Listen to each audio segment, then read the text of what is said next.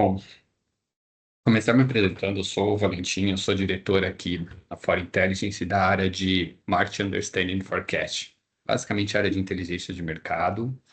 Então a gente convidou vocês hoje para falar um pouco sobre Fast Moving Consumer Goods, olhar um pouco 2025, olhar para 26, entender quais são as principais alavancas, impactos que vão ter nas categorias de uma maneira mais geral. E no final a gente vai trazer um case prático, né? Então, a gente está aqui com a colaboração da Nielsen. Então, Gabriel, tu vai trazer um pouco, principalmente olhando para a Nielsen, olhar um pouco esse ano, o desempenho das categorias e como que os mercados se movimentaram. Aí depois eu passo um pouco sobre cenário econômico, mas muito focado no que impacta diretamente os mercados. No final, a gente vai mostrar um pouco de aplicação, né? A gente tem uma plataforma aqui de dados e de modelagem. Estamos fazendo algumas implementações dentro dela, então, algumas visualizações e análises. A gente vai demonstrar um pouco para vocês com um case prático, né? Então, olhando para os dados Nielsen do mercado de chocolates, entender o que está impactando e quais são as perspectivas para ilustrar um pouco, né, como é esse tipo de análise, esse tipo de uso da plataforma. Então, passo a palavra aí para o Gabriel.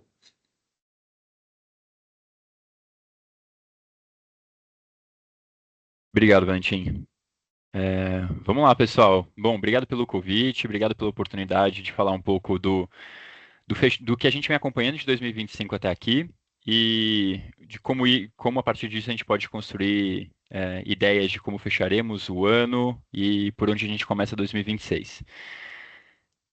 Eu vou começar. Deixa eu só organizar aqui. Dentro da agenda, eu vou falar muito brevemente de cenário macro. Isso é com o Valentim aqui na sequência, falando tanto do cenário macro atual de como perspectiva de futuro. Para a gente entender um pouco mais de como a inflação molda e impacta comportamento comportamento de compra e consumo dos lares brasileiros, entender como isso se reflete principalmente em canais, e eu vou comentar algumas coisas de dinâmica de regional também, como as categorias e cestas de categorias estão diretamente relacionadas a esses movimentos que acontecem dentro dos diferentes canais e um pouco do que a gente pode esperar. E só para ancorar um pouco toda a discussão dos próximos 15 a 20 minutos que a gente vai ver para cá, a gente segue falando de, de um consumidor que ele é impactado por indicadores que a gente já conhece, né? Então, inflação, desemprego, taxa de confiança, são aqueles mesmos pilares que movimentam e forjam o comportamento de compra do consumidor ao longo do tempo, que também indicam mais ou menos crise e indicam mais ou menos ferramentas que o consumidor vai utilizando ou peças que ele vai montando para seguir consumindo e driblar o principal ponto mais recente com que a gente tem convivido, que é o aumento de preço, principalmente o aumento de preço em categorias básicas e commodities. O grande desafio, com certeza, é esse, como manter esse consumo e como seguir encaixando aqui tudo aquilo que vai para FMCG dentro do contexto onde o lar consome muito mais do que FMCG, né? Vamos lembrar aqui que FMCG é mais ou menos 25% de tudo que um domicílio gasta em média. Então, fora todos esse restante do quebra-cabeça, como FMCG vai se mantendo no contexto onde alimentos estão mais caros. Vou falar um pouco disso mais para frente também.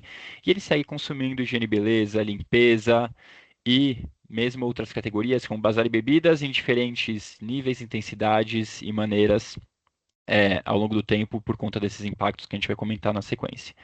Dentre canais, os grandes destaques, eles também não são novidades, Cash and Carry Pharma, principalmente o Farmacadeia, seguem com um fôlego maior do que a média dos canais, enquanto os bares, as lojas tradicionais e o autosserviço independente são aqueles que mais sofrem, retraem ao longo de 2025.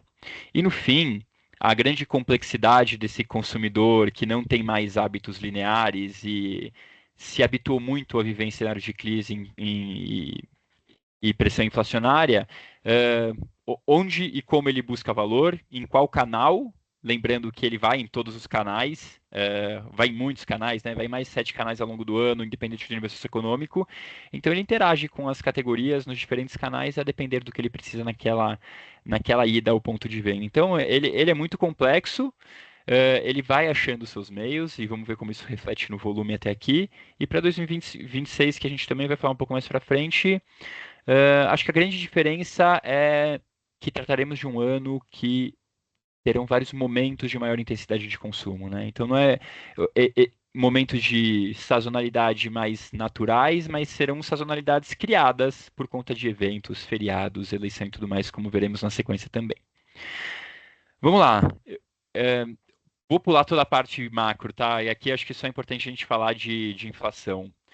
Primeiro porque a gente tende a acompanhar muito o índice de IPCA regular, que é esse mais claro, tracejado na casa dos 5% ao longo do tempo, mas é importante a gente ter também que a inflação de FMCG, aquilo que a gente acaba por refletir mais na gôndola e impactar o bolso do consumidor que lida com essas escolhas, ela joga bem acima desse patamar de IPCA que a gente acompanha ao longo do tempo, né? Então, essa linha laranja é o cálculo de inflação que a gente acompanha de FMCG aqui pela Nielsen, então é a inflação do sellout de categorias de FMCG, a gente vê como ela joga aí com um patamar de 3, 4, 2,5 pontos percentuais acima da média de inflação geral, né?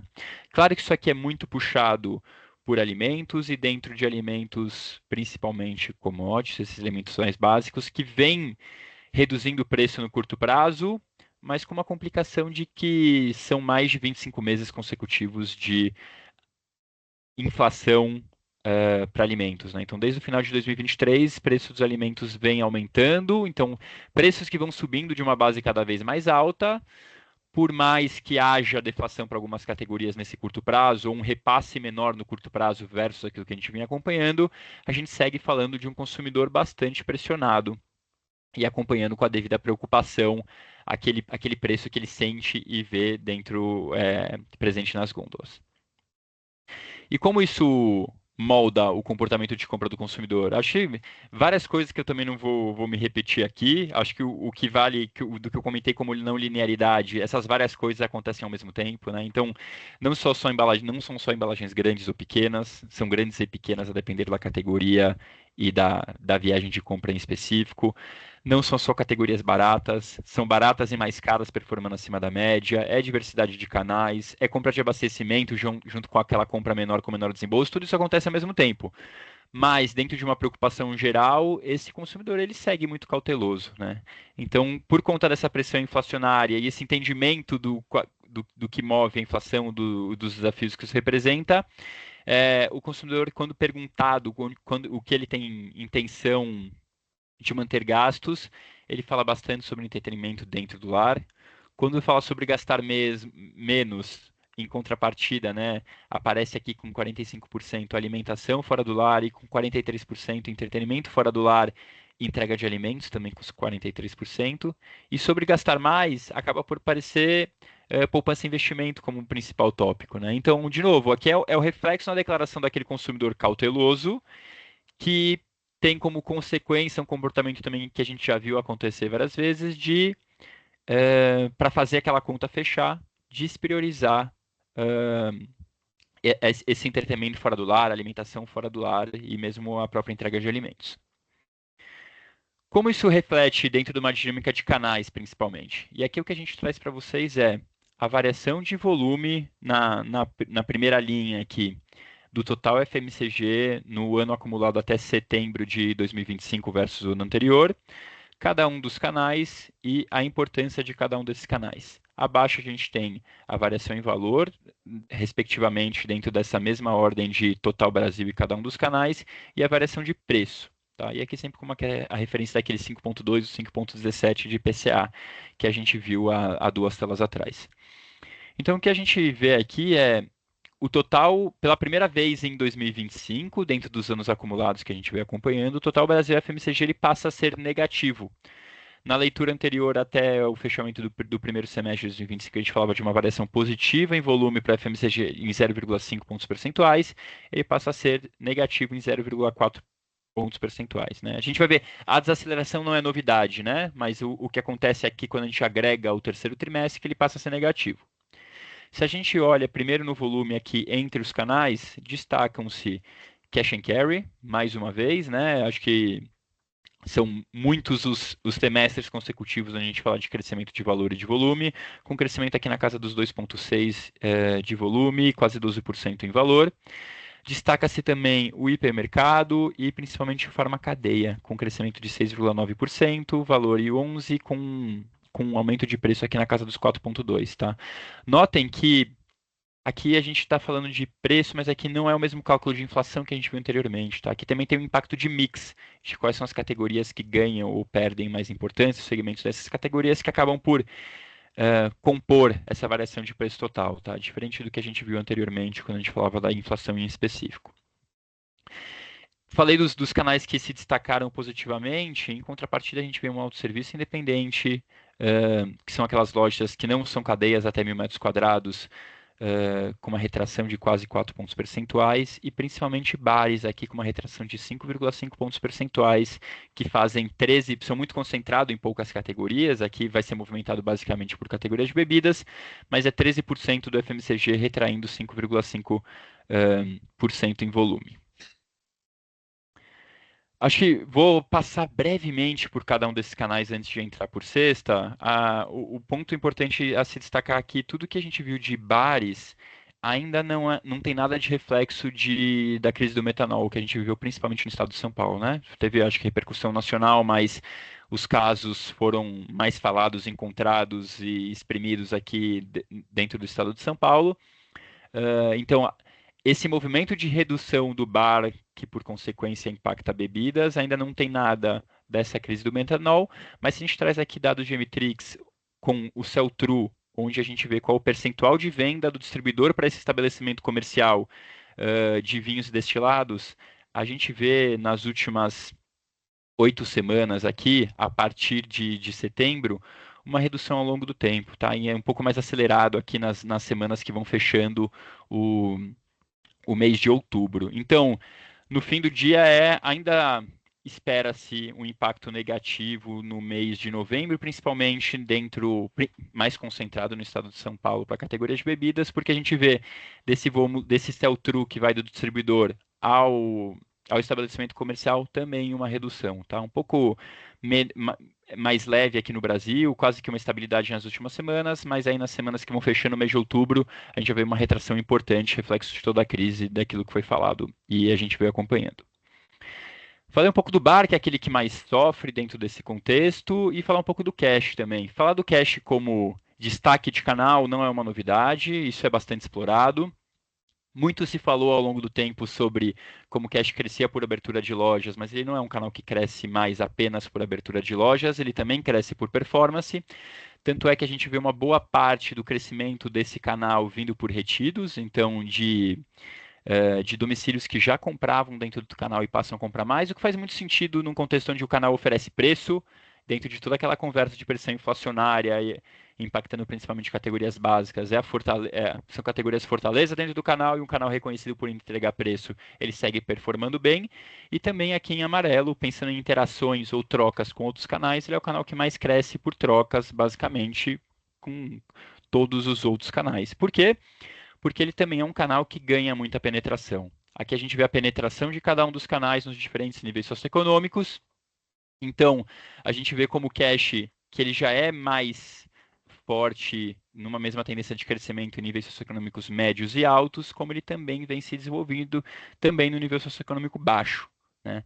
Aqui pode parecer contraintuitivo ele se desenvolver agora ou estar subdesenvolvido dentro do nível socioeconômico baixo, mas lembrem-se também que foi um canal que começou há alguns anos atrás com poucas lojas, normalmente fora de grandes centros urbanos, com carrinhos maiores que precisava de um carro ou de um desembolso maior para ter acesso ao canal, uma realidade que veio mudando.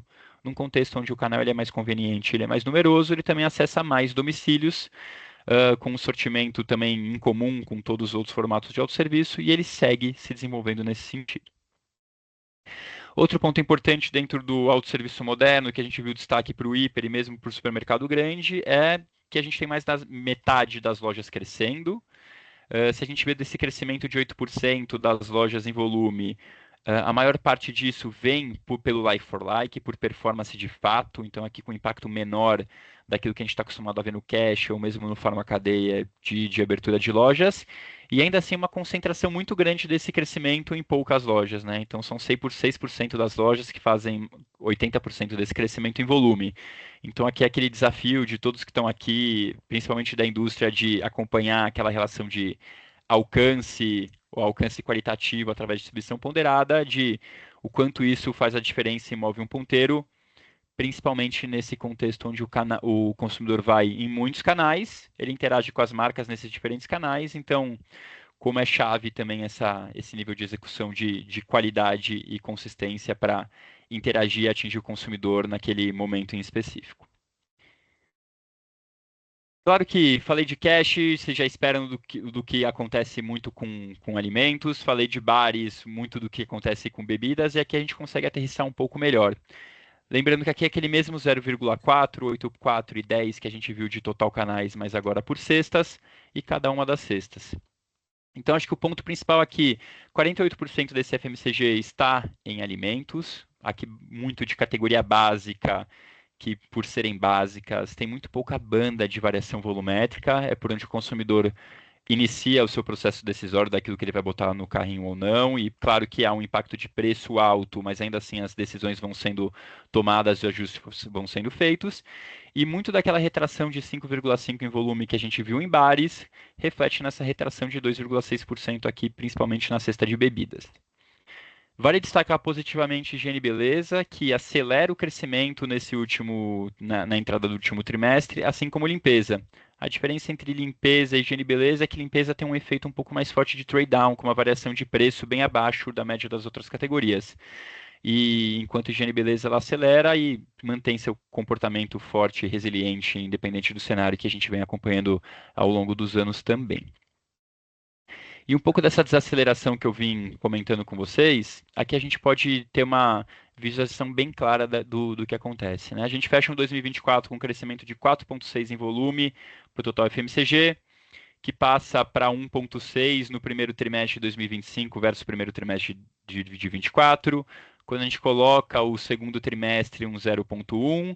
Quando vem o terceiro trimestre, ele vira um negativo de menos 0,4 pontos percentuais. Curva parecida de desaceleração na maior parte das cestas. A gente vê como alimentos vai de um 4,2 para um 0,4. O que mais chama atenção é justamente bebidas, que vai de um 3,8 para um menos 2,6, né? De novo, a desaceleração ela faz sentido, ela é até natural, de certa forma, com base no que a gente vem acompanhando e ouvindo do consumidor, mas tem algumas cestas que são mais ou menos impactadas. Mesmo quando a gente fala aqui de um 0,8 e uma aceleração de higiene e beleza. Se a gente fala do mesmo período do ano passado, era quase 6% de crescimento em volume, né? Então, ainda assim, é positivo dentro desse contexto de desaceleração e a média de FMCG, mas um patamar abaixo daquilo que a gente vinha acompanhando nos anos anteriores. Passando brevemente para a gente manter o exercício de lembrar que o bolso do consumidor e o consumo não é só FMCG. FMCG é um pedaço relativamente pequeno, né? É um quarto de tudo aquilo que o domicílio gasta.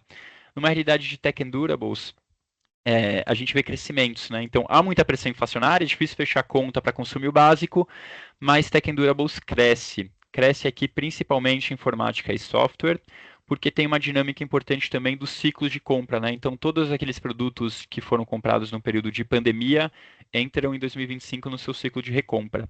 E aí tem uma oferta grande e importante de produtos, principalmente chineses, que de alguma forma são premium, mas são aquele premium de entrada, um premium acessível, que acaba por movimentar bastante esse mercado e competir, consumir parte importante do bolso restrito do consumidor brasileiro. Eu não vou passar aqui no detalhe, mas é só para que vocês tenham um pouco de referência no material que pode ser compartilhado com todos vocês na sequência também, é que, de novo, em cada recorte de categoria, por mais que a cesta possa cair ou crescer num olhar total, tem os seus destaques e contribuidores negativos. Em alimentos, o que chama atenção aqui é, por exemplo, linguiça, né? É uma proteína barata, então, ou mais barata do que outros tipos de proteína, em contrapartida de carne in natura, por exemplo, que é uma das que mais retrai importância, linguiça é das que mais crescem. É, em higiene e beleza é interessante ver também que mais cresce fralda para incontinência e skincare. Skincare principalmente é um produto não básico, que cresce tanto no segmento face, também com algum crescimento de body, ambos em volume, em contrapartida de um desodorante que retrai, mas aí, de novo, aqui não há menos contribuição em volume para desodorante dentro dessa cesta, o que não significa que se consome menos desodorante, mas sim segmentos com uma frequência de compra menor dentro da categoria que acabam por impactar uma visão geral do consumo como um todo. E, de novo, tudo isso somado reflete naquelas dinâmicas de total cesta e total anais que a gente viu anteriormente. Avançando aqui, para de novo correlacionar o que a gente viu de inflação anteriormente, até preparar o terreno para que tudo aquilo que o Valentim vai falar na sequência, tem categorias que seguem com um repasse de preço importante, então a gente fala aqui café, chocolate, óleo, enquanto categorias básicas que já apresentam alguma redução de preço, né? Claro que ainda patamares mais altos do que aquilo que a gente vinha acostumando a acompanhar ao longo do tempo, mas já passam a retomar volume, estar em mais volume dentro de mais carrinhos e até ter mais capacidade de jogar com mais promoção dentro do ponto de venda, o que reflete num consumo maior também no carrinho como um todo. E é importante também a gente sempre correlacionar nesse exercício de prever comportamentos. Tem categorias que tendem a contribuir menos com o crescimento quando a inflação aumenta ou diminui, com diferentes níveis de correlação, muito relacionados também a diferentes níveis de elasticidade. Então, aqui no bloco da esquerda, destacada na caixa vermelha, a gente tem categorias que mais contribuem com o crescimento da cesta quando a gente tem inflação ou diminuindo ou em patamares menores. Aqui a gente dá para destacar cerveja, óleo, duas das categorias que a gente viu anteriormente, destacando na tela anterior. E categorias que ganham mais relevância, que normalmente são categorias não básicas, quando a inflação aumenta. De novo, aqui não é porque se consome mais whisky ou cereais quando há mais inflação, mas com preços mais altos em categorias que a gente vê aqui na direita com maiores níveis de elasticidade, essas categorias elas perdem representatividade, perdem volume, logo essas categorias destacadas aqui em verde, elas ganham mais importância dentro do carrinho do consumidor, né? Elas se mantêm dentro dos mesmos desafios que a gente costuma acompanhar, mas com nível de importância um pouco mais alto. Falando um pouco para fechar aqui rapidamente sobre o que a gente pode esperar para o fechamento desse ano em 2026, é, de novo, trazendo aquele dado de sell-through, não é o sell-out que a gente pega do ponto de venda final, mas aquilo que sai do distribuidor aos pontos de venda, a gente ainda vê um terceiro trimestre com uma retração de 2,6% em volume. Então, isso aqui se dilui ao longo dos próximos meses, então já é um indicativo que o Q4 ele não deve ser diferente ou tão diferente do que a gente veio acompanhando ao longo dos trimestres anteriores desse ano, né? Mas o Q4 ele carrega algumas sazonalidades importantes e é parte do que eu gostaria de destacar nessa tela aqui, né? A gente vai ver mais para frente que no Q4 a gente tem Black Friday e Natal, vou trazer um pouco mais de detalhe. Então, por mais que o sell-through ele esteja em redução, mostrando aquela desaceleração que a gente já vinha comentando, tem sazonalidades importantes, as maiores sazonalidades do ano. Sazonalidades essas que compõem um próximo ano com Copa do Mundo, com eleições e com um número mais alto de feriados, né? Então, há muito mais feriados do que a gente teve nesse ano. Então, aqui a gente fala de, no mínimo, 10 datas, pensando em feriados nacionais, de folga, sem pensar nas pontes aqui, né, que a gente terá no próximo ano. E a gente sabe quanto isso movimenta o consumo, ou de certa forma força ou enviesa alguns consumos mais sazonais, mas, de novo, dentro desse contexto complicado, é mais movimentação dentro desse mundo de FMCG. E além disso, a gente fala de uma Copa mais longa, num fechamento aqui de segundo trimestre que não costuma ser dos mais acelerados do ano, né? A gente vê movimentos mais fortes dentro de um Q1 que tem carnaval e num Q4 com todas as sazonalidades que a gente está acostumado a olhar. A gente vai ter um fato novo aí num Q2 que é de Copa do Mundo e um Q3 entrada de Q4 com eleições. A gente sabe quanto isso também põe mais dinheiro no mercado e acaba por movimentar de uma forma talvez não natural, mas impactando o FMCG e o comportamento de consumo dos domicílios. Black Friday, aqui quando a gente começou a falar dessa apresentação, a gente não tinha ainda os resultados da Black Friday, mas aqui eu já trago um pouco da ideia do quanto Black Friday impacta o varejo offline. A gente fala de uma Black Friday que ela foi menos acelerada do que Black Fridays anteriores, num crescimento aqui na casa dos 6% versus a semana em específico, né, de FMCG no offline, versus um 26% em 2024. Mas, de novo, é um crescimento em cima de uma base mais alta, num contexto onde essa gera a sazonalidade mais importante do ano. Quais são as categorias que mais se impulsionaram dentro do offline FMCG? Artigos de Natal, panetone, whisky, champanhe. Então, aqui a gente vê muito também de uma antecipação de compras que tem uma característica muito sazonal do consumo do Natal. Mas, de novo, aqui é só para vocês terem um pouco dessa noção do que se passou na Black Friday e também entender que teve alguns contextos diferentes nessa Black Friday, né? Por mais que tenha sido aí numa data de pagamento do 30/11, na sexta-feira do 13º, teve também alguns meios ou canais que anteciparam algumas datas dentro do mês de novembro e forçaram muito promoções dentro do online principalmente, que deve ter absorvido parte desse movimento e ajuda a explicar esse nível de crescimento abaixo do que a gente acompanhou em anos anteriores. Outra parte, pensando em sazonalidade, a gente falou muito durante esse ano e do ano anterior de sazonalidades de verão ou de temperaturas mais altas, né? Acho que aqui a contrapartida e o cuidado que a gente tem que ter é que não se espera tanto impulso de sazonalidade pensando em temperaturas mais altas, porque com Laninha a gente deve ter um verão menos intenso. Então aqui a gente destaca quais são essas categorias de maior sazonalidade ligadas à temperatura e a verão. De novo, não significa que não haverá sazonalidade, mas se espera menos intensidade para esse movimento também. E por fim, acho que para resumir tudo de onde estamos partindo aqui de 2025, desse consumidor que segue cauteloso, ele vai fazendo a conta fechar e de alguma forma ele mantém o seu consumo total de FMCG estável. A gente teve uma Black Friday que segue sendo a sazonalidade mais importante do ano, segue crescendo em volume, principalmente em FMCG, em patamares menores do que aquilo que a gente já vinha acompanhando, mas faz o seu efeito, a ver o quanto essa antecipação de alguns produtos de Natal impacta a sazonalidade do Natal em si. Mas, pensando no próximo ano, seguramente esses grandes eventos que a gente destaca aqui, um carnaval um pouco mais cedo, combinado com uma Copa com mais semanas e eleições somadas às sazonalidades que a gente conhece, devem impactar e dar um respiro, né? Porque a gente falou muito de uma desaceleração durante o ano de 2025, num contexto onde o Q1 foi bastante positivo.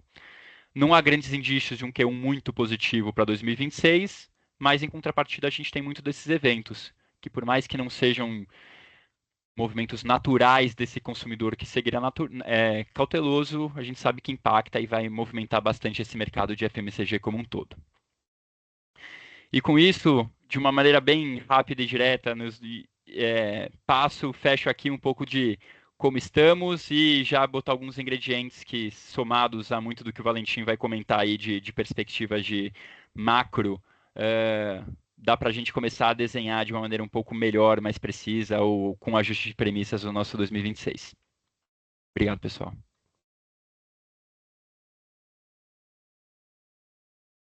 Obrigado, Gabriel. Pessoal, se alguém tiver pergunta, pode ir mandando no chat, que aí no final a gente organiza aqui, faz uma sessão para responder as perguntas.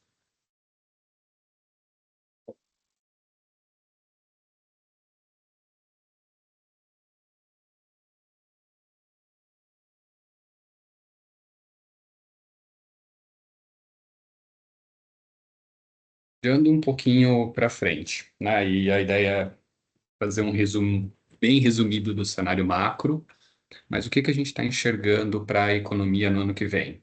Basicamente, uma perspectiva de quase estabilidade, né? A gente está falando de um PIB no ano que vem que deve manter esse ritmo na casa de 2%, e dentro do PIB a gente tem uma parte que é de fato que é o consumo das famílias, com uma leve aceleração. Mas do ponto de vista da atividade econômica, é um cenário muito parecido com esse em termos de crescimento, mas com mudanças importantes aqui dentro. né?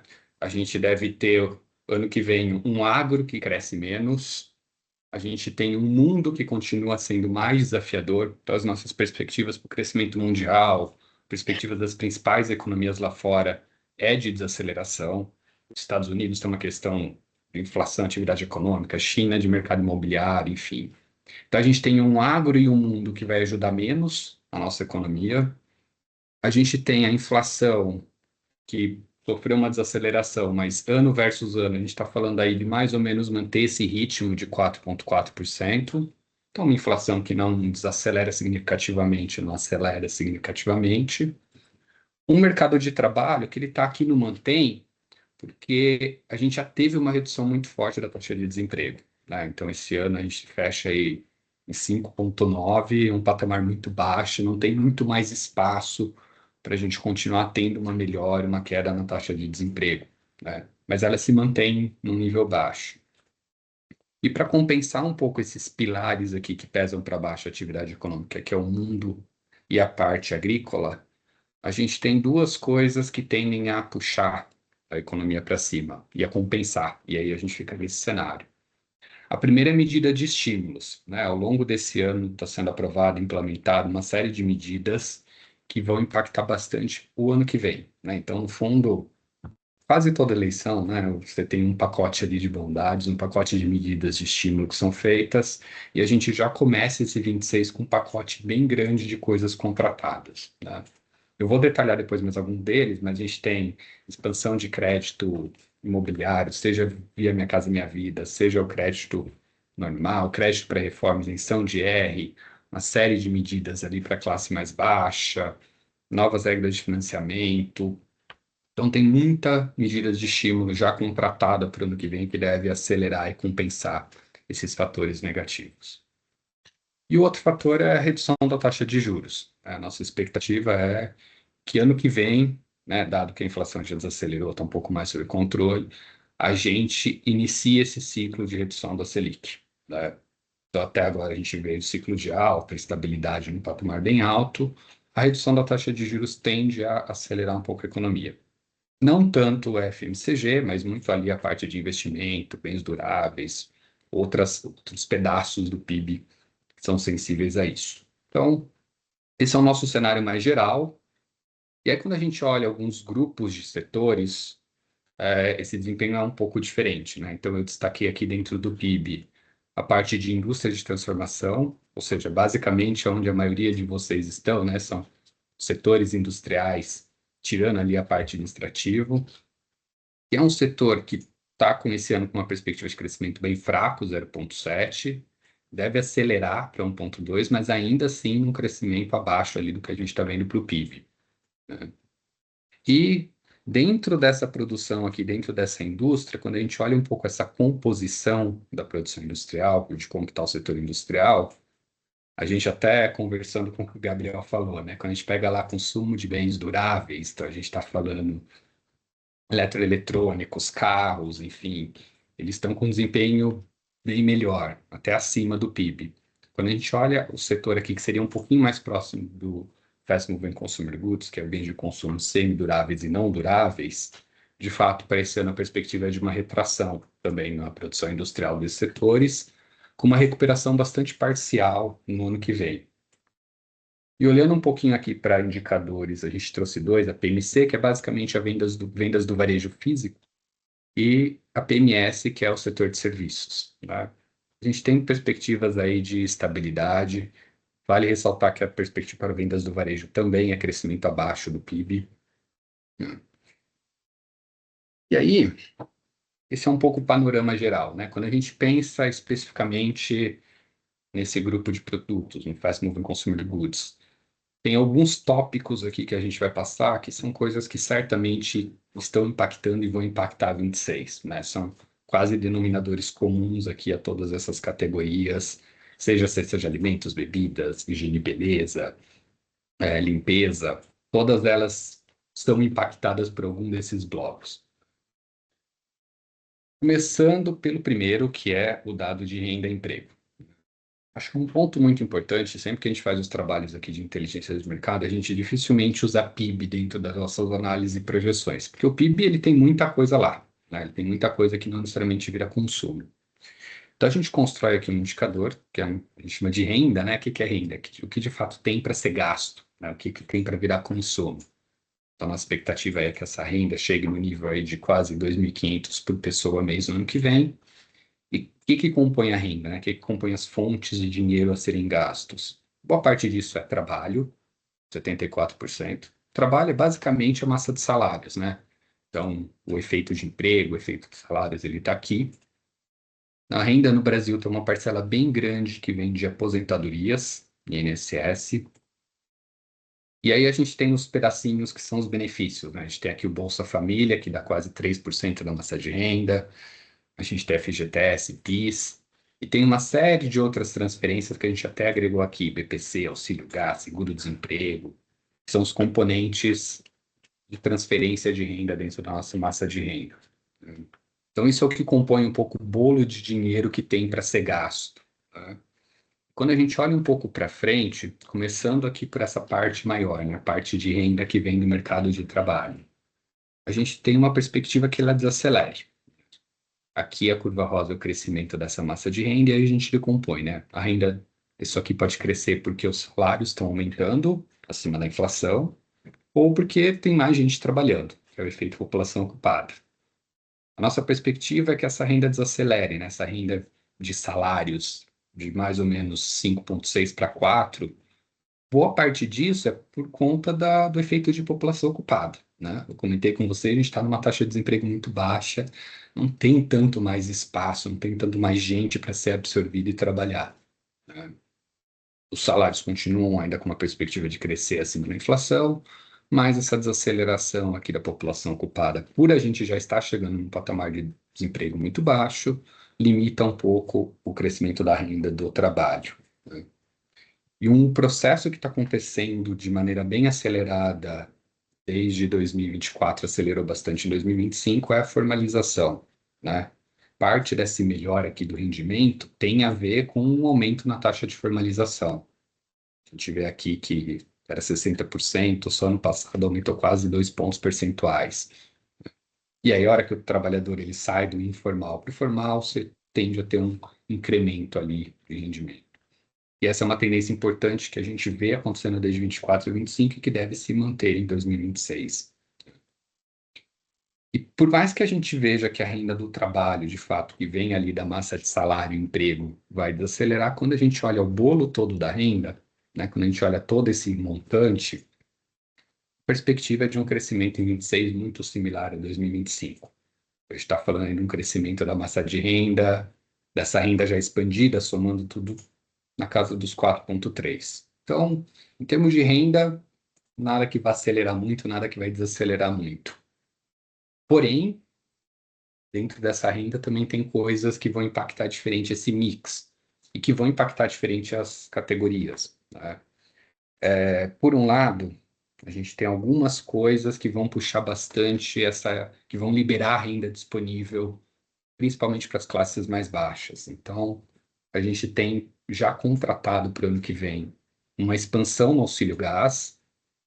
Hoje já existe o auxílio gás, mas ele é um programa bem restrito, então o programa ele vai aumentar não só o que as pessoas vão receber de benefício, mas vai aumentar o número de famílias atingidas, né? A expectativa aí é que atinja 15 milhões. E a gente tem a tarifa social de energia. Ela já existe hoje, mas o que está aprovado é um redesenho dela, que vai ampliar a gratuidade, vai dar desconto de 12%. Então, a gente está falando aqui de mais 55 milhões de pessoas que vão ser atingidas. Então, se tem dentro dessa massa de renda que cresce mais ou menos igual, você tem medidas que vão liberar um pouco mais de renda disponível para as classes mais baixas no ano que vem. A gente tem a revisão do IR, né? Então, a gente teve lá a isenção até 5 mil, a redução até 5 mil a 7 mil. Expectativa é que a gente tenha aí mais ou menos 15 milhões de pessoas beneficiadas, algo em torno de 25 a 40 bi. Esses 25 a 40 bi, eles não vão aumentar a massa de renda, né? Porque no fundo você vai isentar essa faixa mais baixa e aumentar o imposto na faixa mais alta. mas ele deve ter um impacto importante em consumo, porque a faixa mais alta que você vai aumentar imposto, provavelmente ela não vai reduzir o consumo dela. Esse aumento de renda nas classes mais baixas do IR tende a, de fato, virar mais consumo. Então, apesar de não mexer no bolo da massa de renda, ele mexe bastante na composição, ele tem esse efeito distributivo, né? Vale ressaltar que R a gente ainda está falando ali do meio, né? Classe BC. Chega a pegar a classe D. A gente tem o crédito. O crédito, ele está aqui no patamar moderado. Acho que vocês já devem ter visto, enfim, a inadimplência esse ano subiu muito, atingiu recordes, a inadimplência pessoa física. O comprometimento da renda, que é de fato quanto as dívidas pesam ali no bolso, ele também teve um aumento expressivo esse ano. E boa parte disso, né? Por que que a inadimplência aumentou mesmo com a renda crescendo? Porque a gente teve todo esse ciclo de alta da taxa de juros. Tanto a inadimplência quanto o comprometimento, eles são muito dependentes disso, né? Como eu comentei, nossa expectativa é que no ano que vem, principalmente aí a partir de Q2, Q3, a gente comece a ter uma redução. Isso faz com que, com alguma defasagem, a inadimplência tenha uma melhora e faz com que o próprio comprometimento de renda tenda a ter uma melhora. Porque se a gente olha aqui essa composição do comprometimento, a gente viu que a renda, a dívida pesou mais no bolso porque o juros ficou mais alto, né? Que é a parcela aqui, juros, não necessariamente porque a amortização, né? Que é o que ela paga da dívida aumentou. Então ele é um patamar de neutralidade com algum viés de melhora ali na margem, dada essa redução da taxa de juros. E um outro fator que não, pelo que a gente tem de dado, né, não impactou tanto 25, foi bem relevante para 24, e é um fator que deve ser negativo para 26, é o mercado de bets. 2024, esse mercado ele ainda não era regulado, então você tinha várias casas fazendo estimativas. As estimativas giravam aí que isso representava algo entre 0,3 a 0,5 da massa de renda, né, do consumo das famílias. Parece pouco, mas isso saiu de quase zero, né? Então, algo que sai de 0 para 0,3 ou 0,5 é um impacto muito relevante. Não é algo que impacta igualmente todas as categorias. Vai ter categoria que vai ser mais sensível, né? Então, esse 0,5% que aumentou vai impactar muito mais. Tem categorias que, enfim, o consumidor nem faz uma troca ali do gasto dele em bets versus o consumo dela. Aí a gente teve a regulamentação esse ano. Então, a partir desse ano, a gente passa a ter dados mais precisos sobre esse mercado, mercado formal, né? Então, a gente está falando aí de mais ou menos 18 milhões de apostadores, deve fechar na casa dos 36 bi. Para esse ano, o mercado teve uma desaceleração por conta da regulamentação. Então, teve muito, já coloquei aqui, né? Mais ou menos 15 mil operadores foram descadastrados, enfim, descontinuados. Mas para 2026, dado ainda o efeito Copa, a gente deve ter uma aceleração de bets. Isso deve reduzir um pouco a renda disponível para consumo no ano que vem. E isso é uma má notícia, principalmente para as categorias que o mercado de bets impacta mais. Seguindo, eu vou passar aqui por um tema que o Gabriel já falou bastante, mas ele é bem relevante, que é a questão da inflação, né? Comentei com vocês que a nossa perspectiva, a inflação desacelerou esse ano, perspectiva de praticamente estabilidade para o IPCA. Ou uma mudança de composição, né? O que a gente chama ali de preços administrados, energia elétrica, preço de ônibus, ou uma desaceleração mais forte, e os preços livres, né? Que não são esses preços regulados, com alguma aceleração. E mesmo dentro dessa cesta de livres, mudanças bem importantes de composição, tá?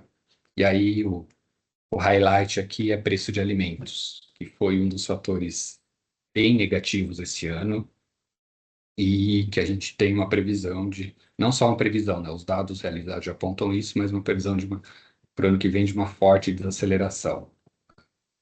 Tem um pouquinho aqui serviços, tem os bens industriais, mas o que mais impactou e tende a impactar realmente é a questão de preço de alimentos, né?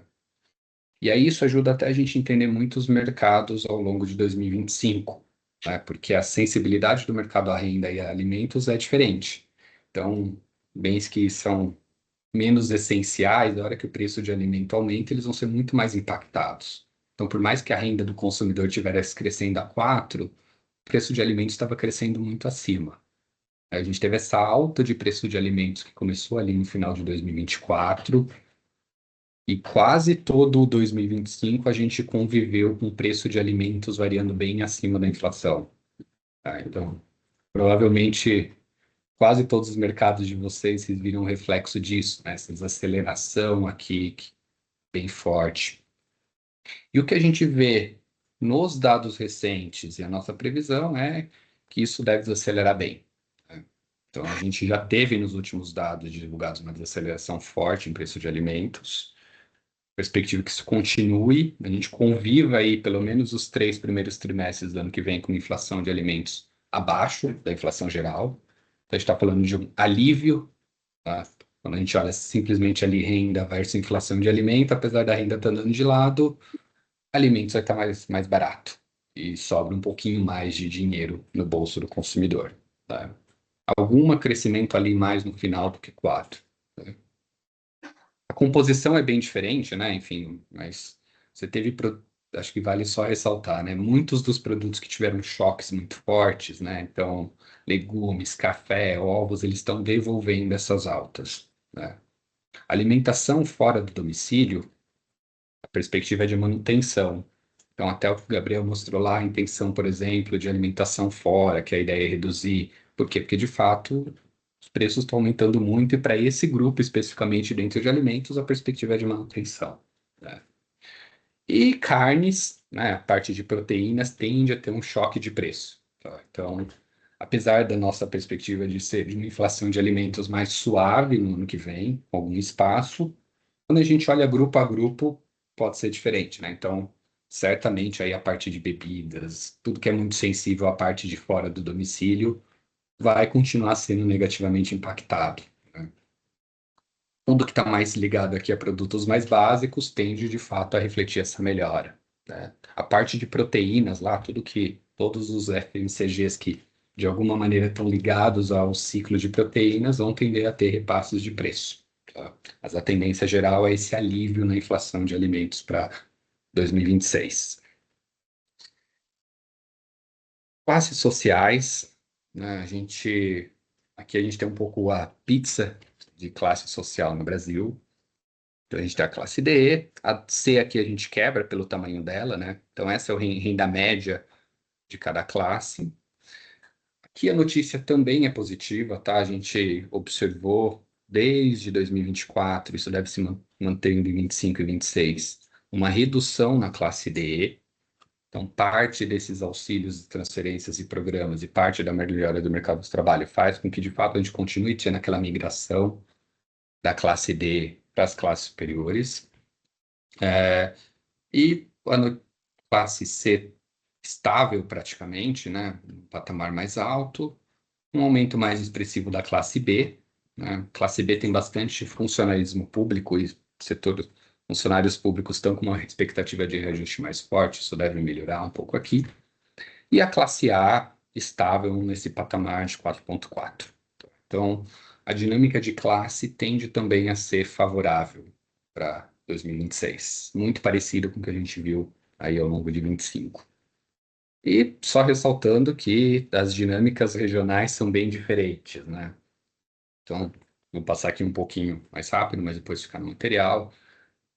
Quando eu estou pensando num produto super premium lá, que é classe A, eu tenho que pensar até numa distribuição regional para ele, que é muito diferente quando eu penso num produto mais de entrada lá, focado em classe D ou classe C. Outro fator é a confiança do consumidor. Né? A confiança do consumidor não costuma ter um impacto tão forte em FMCG, tá? Mas ele é um fator relevante. Quando a gente olha um pouco o que aconteceu em 2025, a confiança ela é sempre uma combinação de duas coisas. Como que os consumidores estão vendo a sua situação atual, que é o índice de situação, e a gente vê que não mudou muito, e com o que eles esperam para o futuro, que é o índice de expectativa. Então, quando a gente olha 25, a gente tem uma piora na confiança, não porque necessariamente ele estava enxergando a situação dele está pior, mas porque ele espera que a situação piore. Né? E aí, quando a gente abre isso por classe, a gente até consegue entender um pouquinho melhor. Né? Essa queda veio muito das classes mais baixas, vai lá, né, do piso da pirâmide. Isso tem muito a ver com a questão de inflação de alimentos. Até o timing dessa piora na confiança versus inflação de alimentos. Porque é isso, né? A renda dessa classe ela é mais apertada, a hora que alimento, por mais que a renda dela está melhorando, ela vê o preço do alimento só subir, subir. Isso piora aqui a perspectiva para ela. E teve um pouquinho aqui também com a classe mais alta, né? Então, basicamente o que puxa a confiança, essa queda de confiança em 25 é a expectativa, principalmente ali nos dois extremos, né? Na classe mais alta e na classe mais baixa, né? E aí você teve vários fatores, né? Você teve a própria questão das tarifas, inflação de alimentos, a desaceleração de 24 versus 25, de 25 versus 24, né? A gente viu que a economia desacelerou, o crescimento da renda desacelerou, e os juros, né? Quando a gente olha um pouco para esses fatores, inflação de alimentos deve ajudar um pouco, tarifas foi resolvido, a gente não deve ter uma desaceleração, a gente deve ter até um juros, algum sinal começando a inverter. Então, para 2026, a nossa projeção é de uma inflação de alimentos, uma confiança praticamente estável, só não melhora mais porque a gente tem aqui um fator que vai impactar bastante confiança, que é o cenário político eleitoral, né? Não vou me estender muito, mas eleição aqui, cenário político impacta diretamente na confiança, porque gera um nível de incerteza bem grande, aumenta o nível de polarização. O cenário hoje não é de que a gente vai ter uma eleição pelas pesquisas que a gente tem, né? Enfim, Lula versus Flávio Bolsonaro, Lula tem uma ampla vantagem. Esse aqui é o nosso agregador de pesquisa, então aqui é um pouco o limite, a média e os limites. Se a gente pegar o Tarcísio, que é o candidato melhor posicionado, ainda assim o Lula tem uma vantagem e provavelmente o Tarcísio, se o Flávio for, ele deve sair. Por mais que o nosso cenário não seja de que estamos vendo uma eleição super disputada e polarizada, deve ter aí um impacto sobre a confiança e segurar um pouco essa recuperação da confiança, principalmente aí no começo do ano, no primeiro semestre. Aqui acho que também o Gabriel já trouxe, que é a questão de clima, né? Clima ele vai impactar muito a cesta de bebidas. Clima ele tem um impacto também ali, principalmente na cesta de higiene. Então tem alguns produtos, algumas categorias de higiene que vão ser muito sensíveis a clima.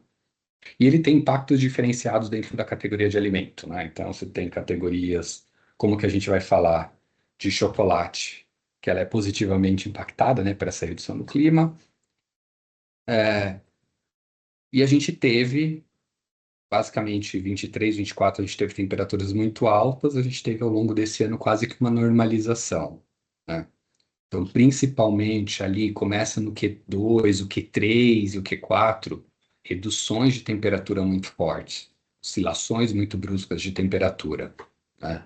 E isso impacta muito ali cestas de bebidas, algumas cestas de higiene e algumas cestas muito específicas de alimentos, né?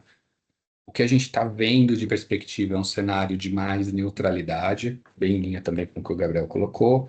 A gente tem uma laninha que ela está ativa, mas é uma laninha fraca, né? Então que não deve trazer temperaturas super negativas, igual já foi no passado, algum impacto aqui em chuva.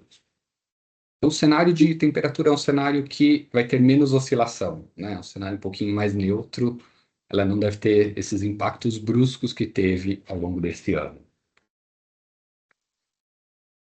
Acho que esse também o Gabriel já passou um pouquinho, né? A gente tem toda essa agenda aqui de calendário para o ano que vem, e aí a gente tem os eventos chaves, Ano Novo, o Carnaval que ele muda de mês, a Páscoa, a própria Copa do Mundo, eleições, Black Friday e Natal, e aqui a gente está já fazendo a conta das emendas, né? O número de feriados com emendas.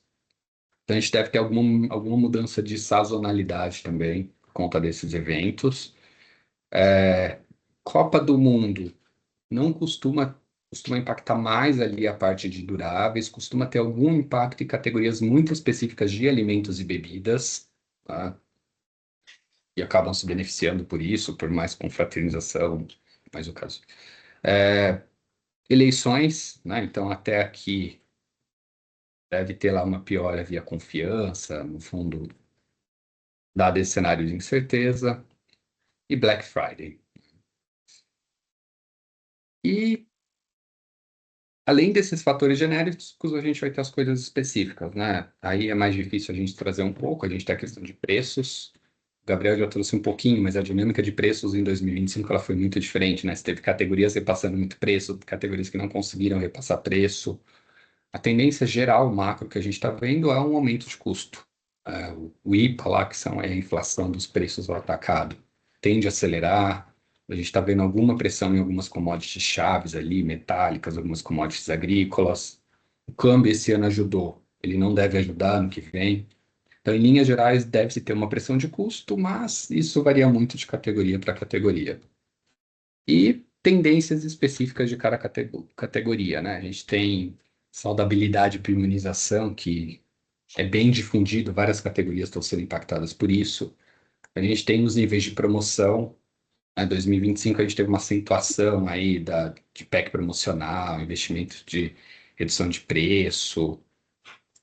Algumas categorias estão com tendências positivas puxadas por inovação, mais lançamento. E aqui só um ponto, acho que a gente tem o efeito Ozempic. Ele ainda é muito pequeno, né? Que são o uso lá das canetas emagrecedoras. A gente está falando que por mais que isso cresça muito, a penetração é muito, muito baixa, né? E muito focado ali em classe AB. O que pode mudar em 2026 é que a gente vai ter a expiração da patente. Então, isso deve trazer para o mercado mais produtos mais baratos, e aí isso pode ampliar um pouco, generalizar mais o uso. E isso tende a ter alguns impactos em hábitos de consumo que a gente já viu lá fora, em outros mercados. Então, esse é um pouco o resumo, né? E aqui acho que esses outros efeitos, aí eles variam bastante de categoria a categoria, é um pouquinho mais difícil a gente generalizar. Bom, pessoal, acho que esse é um pouco o resumo da parte de Fast Moving Consumer Goods. O Rodolfo está com um problema aqui de conexão com a internet, enfim. Eu vou passar rapidamente aqui a parte da demonstração, tá? Então, a ideia aqui é a gente justamente mostrar, né, como a gente pega esses dados de mercado via Nielsen, por exemplo, de uma categoria, que a gente vai mostrar um case real com os dados da categoria de chocolates, e como a gente usa a nossa plataforma. Algumas coisas aqui que eu vou mostrar ainda são versões demo, que estão em implementação, para de fato trazer o entendimento desses mercados, né? Então, ela é uma. Bom, aí por que que a gente escolheu o chocolate? Chocolates é uma das categorias que vem apresentando retração esse ano, né?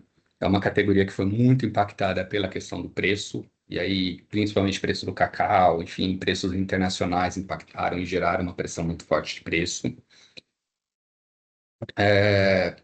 Que é relevante aqui? Então, basicamente, tudo que eu comentei, ele vai impactar essa categoria, assim como impacta praticamente todas as categorias de FMCG, né? População, renda, preço de alimentos, temperatura, calendário. A gente testou aqui também preços de outros produtos, né? Então, como que o preço do sorvete afeta o chocolate? E alavanca de categoria, né? Então, como que o preço da categoria vai mover o tamanho dela? Como que ações de distribuição, lançamento de produto, né? Ou a questão do tamanho médio, essa é muito específica para chocolate, né? Que a gente tem lá as tendências dos resize, de redução de tamanhos, tem as tendências do upsize, de lançar bag, pacotes maiores. Então, essa relação de tamanho médio dos produtos, a gente entende que também é uma alavanca. E aí, a ideia aqui é justamente a gente usar a nossa plataforma para entender, né, qual que é o peso de cada uma dessas alavancas, para a partir disso a gente conseguir projetar esse cenário, né? Entender como que tudo que eu falei até agora vai impactar especificamente essa categoria, né? Então a gente combina todos os dados de mercado que vem da Nielsen, que acho que são dados bem legais, assim, a gente tem uma série de informações não só de volume, mas ali de trade, de distribuição, preço, com todas essas outras informações mais macro de competidores. Aqui é uma visualização da nossa plataforma, ela tem basicamente três pilares. O primeiro é a Feature Store, que é o nosso banco de dados. Então, dentro da Feature Store, você tem todas as informações econômicas, todas as que eu passei e muito mais, né? Então, aqui você vai ter a parte de renda, rendimento, massa, desemprego, população ocupada, clima. Então, a gente consegue aqui consultar como que é a série histórica de clima, qual que é a projeção para clima. tem granularidade aqui, então eu consigo olhar isso a nível município. Então eu vou basicamente, né, quais variáveis aqui eu quero dentro da minha Feature Store testar, ver se tem esse impacto daí para a categoria de chocolates. A gente fez um pouco isso. A gente tem também aqui todos os reportes da área de macro, né? Então, quero entender IR, quero entender renda. Tudo isso que eu comentei, a gente tem todos os reportes aqui consolidados que a área de macro economia produz. E aí, uma vez que dentro dessa feature história eu selecionei os dados, eu vou ter a parte de modelagem, né? A nossa ferramenta, o nosso motor de modelagem, ele testa uma série de tipos de modelo, desde modelos de fronteira, enfim, até modelos mais tradicionais de econometria. E a ideia aqui é o foco na acurácia e na explicação, né? Então, como que eu coloco esses dados de mercado, combino esses dados externos, macro, para gerar, de fato, os meus insights, os meus cenários e minhas projeções, né?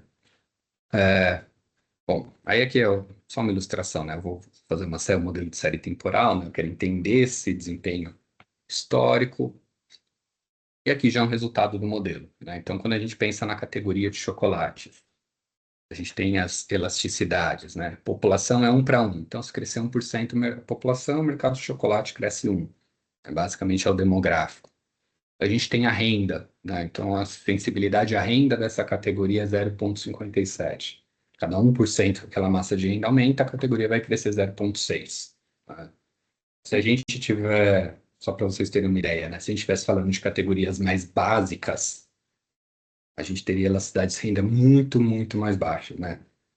Quase zero ali, 0,1, ou categorias com ampla penetração. A gente está pensando em categorias, segmentos mais aspiracionais, com ticket médio mais alto, a gente tende a ver essa elasticidade de renda ser ali mais próxima de 1, dependendo do segmento, né? Quando você pega aqueles segmentos premium, super premium, até acima disso. Aí a gente tem uma influência aqui de inflação de alimentos, né? Então, se a renda melhorar, o mercado de chocolates cresce, porém, o preço de alimento vai tirar. A gente tem a temperatura. Essa aí, diferente da categoria de bebidas que eu comentei, essa aqui, quanto mais frio, melhor. E dias úteis, né? Por quê? Porque é um produto que é consumido mais fora de dia útil, então o efeito de dias úteis é negativo. A gente tem o preço, então cada 1% de repasse de preço aqui acima da inflação vai afetar esse mercado em menos 0,8.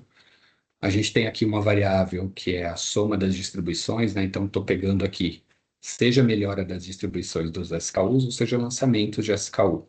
A categoria de chocolate em particular, essa questão da distribuição, principalmente a SKU, né? Ter um alto giro, um nível de lançamentos, sempre uma rotatividade de produto, ela é importante.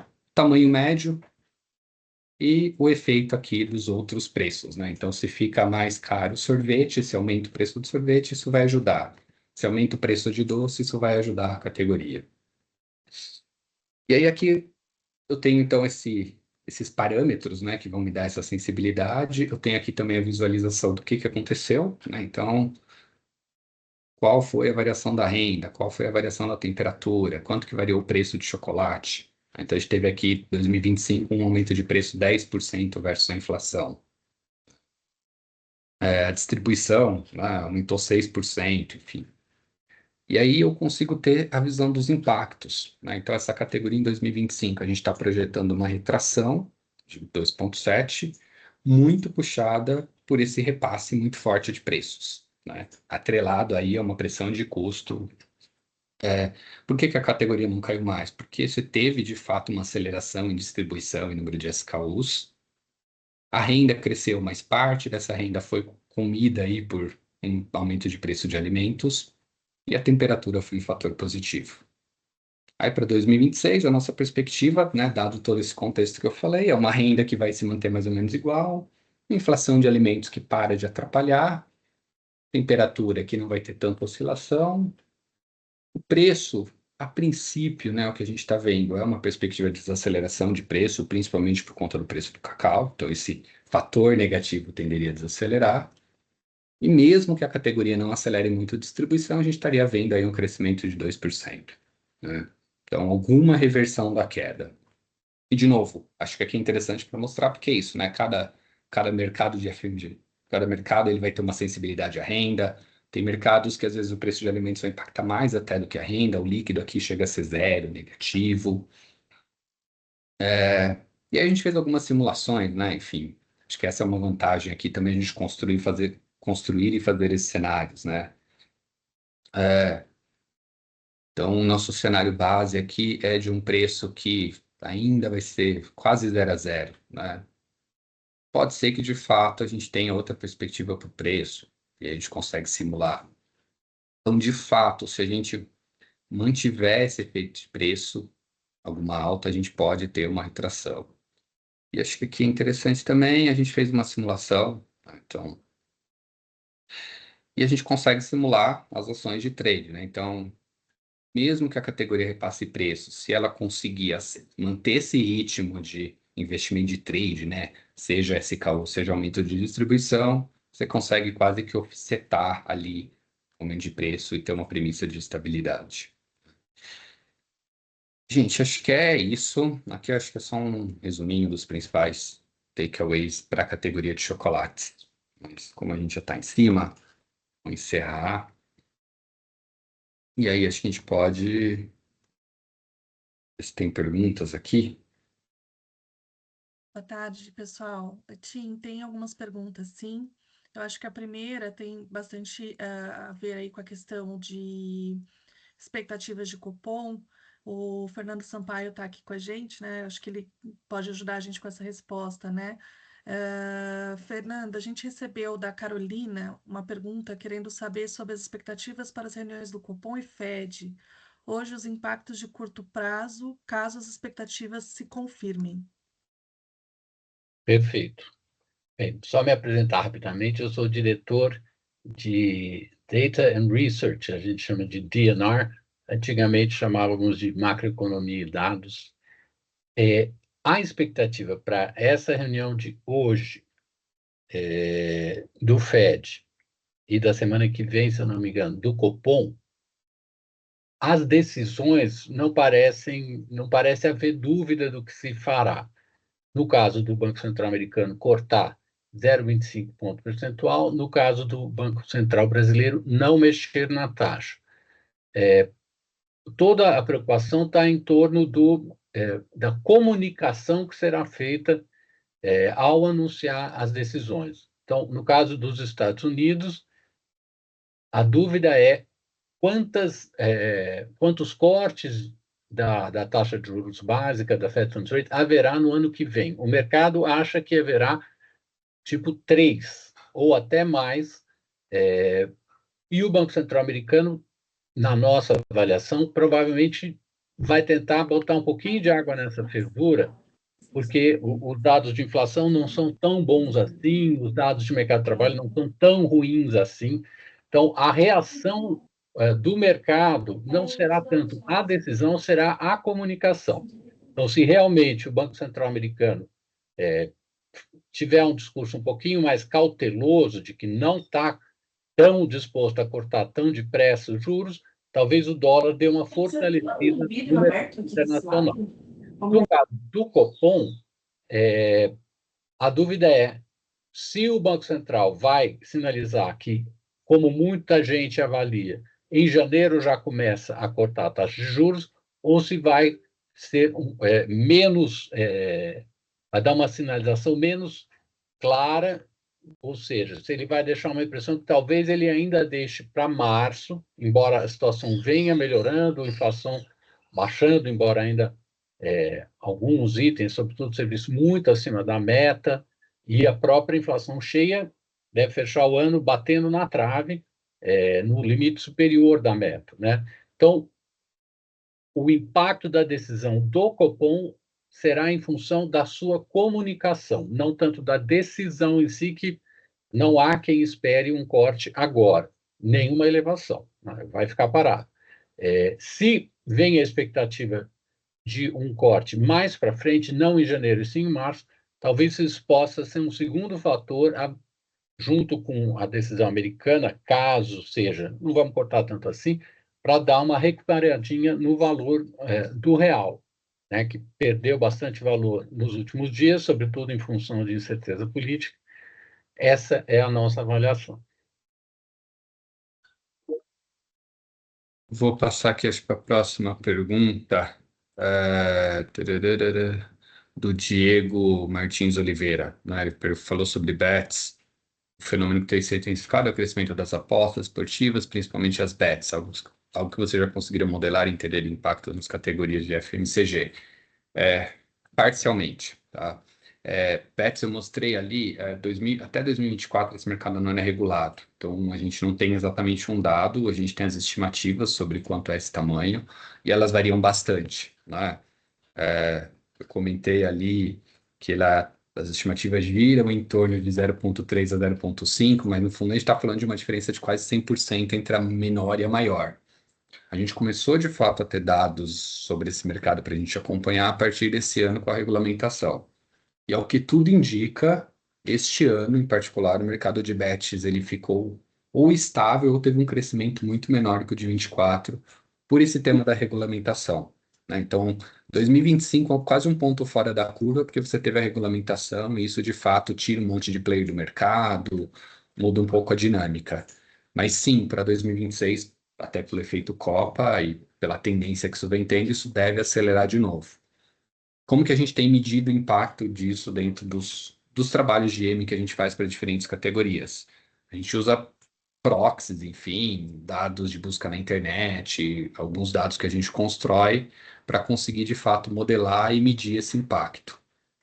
É muito difícil eu te dar uma conclusão geral de qual que é o impacto em FMCG, porque os impactos são muito diferentes. A gente tem várias categorias que a gente viu impacto zero, então, no fundo, essa renda aí que saiu de 0 até 0,3, 0,4, 0,5% do gasto, não teve nenhum efeito, até categorias que foram bem impactadas, né? De fato, o cara reduziu e fez uma troca ali do gasto que ele fazia nisso para apostar em bets.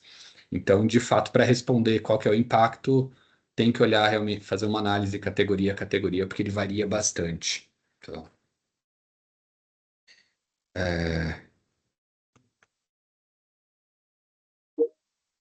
acho que era isso, né, pessoal? Perguntas? Bom, queria agradecer participação. Primeiro eu, Gabriel, por topar fazer esse webinar com a gente, para trazer um pouco dessa visão do 25 e 26. E agradecer a todo mundo pela participação. Muito obrigado, pessoal.